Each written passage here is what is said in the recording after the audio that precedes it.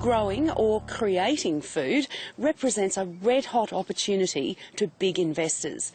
In the past few years, corporates have spent hundreds of millions of dollars on agriculture, from cattle stations to almond groves.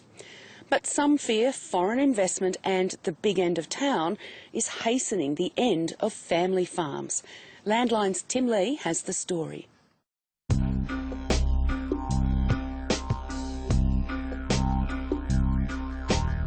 Much of the money that drives Australian agriculture comes not from here, but from far-off cities across the globe. There's corporates coming into Australia from all over the world, really. But right now, there's been a lot of interest from the Americas and Canada, and quite recently from China as well. Australian agriculture is counter-seasonal. Our produce is in season when the Northern Hemisphere's is not. And we're geographically well placed for Asian markets.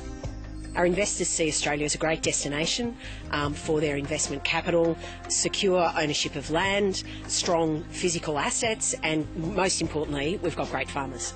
We've got the ASEAN nations, their middle class is growing, a whole diversity of markets quite profitable to our north, and we've got some great trading relationships right around the world for that really high-end quality product that we are increasingly turning out. We're seen as being clean and green. China in particular, Japan as well, those more developed Asian nations very much value our food safety proposition, that they know in Australian food and fibre they're getting sustainably produced but also safe food. We're politically stable and good value.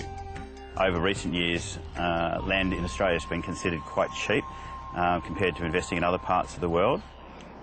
David Goodfellow has a long history working with big Australian agricultural companies and foreign investors. He now heads Auston Corporation, the subsidiary of Ontario Teachers' Pension Plan Fund, one of the largest institutional investors in North America. It's made big investments in Australian almonds and avocados and has plans to invest about $1 billion, but carefully. We live on one of the most dry continents in the world, but on top of that, it's got the most volatile rainfall pattern of anywhere in the world. So one of the best ways to spread that risk is to have assets in different rainfall regions throughout Australia. And some of the larger institutions that have invested successfully in Australian agriculture have done that very well, I think. Here's an example. Despite widespread drought across the eastern states, this wheat crop is shaping as a bumper. The property is a mere speck in Macquarie Infrastructure's agriculture portfolio. Then we've got a big row crop and a growing row crop footprint, both dryland and irrigated, through Lawson Grains and a new company we've just built, Viridis Ag. So we're really East Coast and West Coast dominant in that portfolio. The goal is to build very large integrated farmland portfolios so that we can, through our investments, withstand some of the natural volatility you'll get not only in climate but in the commodity cycle. In recent times, Macquarie has invested about $2 billion. This includes paying $300 million for most of Qatar-based Hassad Food Company's 250,000 hectare portfolio, which it had acquired earlier for $500 million. So we've been investing in Australian ag for a little over a decade now on behalf of superannuation and pension fund participants. And they're trusting us with their savings because they see this as a very productive sector with a very long-term focus and time horizon, really leveraged to the upside of global growth and importantly in Australia, the rising middle class to our near north. The company is focused on better productivity and greater sustainability, using the latest in GPS and precision technology. We're excited about the productivity opportunities technology and data are giving us, not only in the grains space as we move to more advanced machinery and more advanced data helping us make good decisions. Yeah, the same thing applies right throughout the whole sector, whether we're looking at animal genetics, whether we're looking at what we're learning about soil science. It's all driving us to be better producers of food.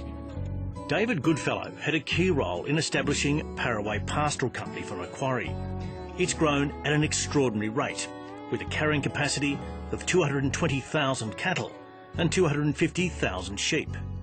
It operates across about 4.5 million hectares of farmland now, all the way from the Gulf down to Ballarat in Victoria, and it has a red meat primary production strategy, so sheep and beef.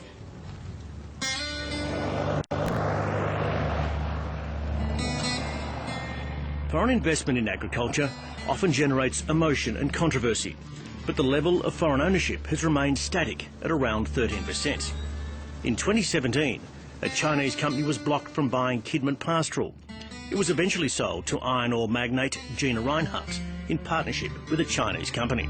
Any foreign investment needs to be in the national interest, and we now, thanks to the initiatives we enacted in coming into government a few years ago, have that oversight. We're collecting the data. You know, a decade ago we didn't know who owned what.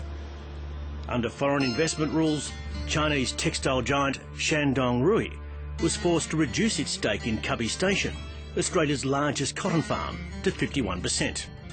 Macquarie bought the remaining 49%.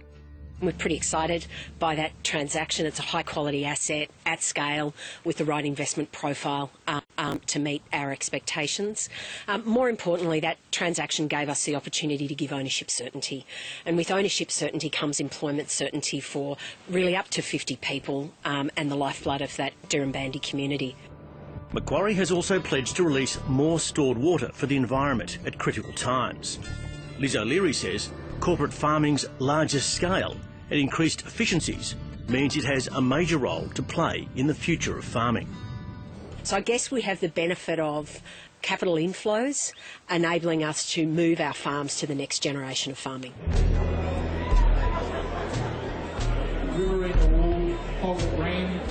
Much of that research and development flows on to smaller farmers through field days and other information exchanges. David Goodfellow predicts corporate and foreign investment in Australian agriculture will continue to grow, particularly where technology can make a difference. But he says we should keep an eye on the past. But history's taught us that this happens about once every 30 years, a bit longer than a generation, as it turns out. So, look, we're in the teens right now, and we're right in the middle of this wave of big institutional capital being spent in Australian agriculture. But go back 30 years and we're in the 80s, and it was quite similar. In that era, the money wasn't so much coming from the Americas or from China as it has this time. In the 80s, the money largely came out of Japan. Japanese money flooded into the beef industry, especially feedlots. But that was so profound, that investment, that we've actually still enjoyed the benefit of that until right now, where Japan is still our largest export market for Australian beef. He says corporate investment, whether foreign or local, means development for farmland, infrastructure for the regions and more trade opportunities. The federal government needs big corporate investors to deliver its aim to boost primary production from the current $58 billion annually to $100 billion by 2030. So there's a lot of optimism in and around the sector, notwithstanding tough seasonal conditions. Investment capital is interested in investing in and supporting how we produce food for the growing global population. But will the rise of big corporate ag mean the demise of the family farm? The family farm, under all modelling, is still going to be the framework basis for Australian agriculture for many decades to come. 95% of farms in Australia are run by family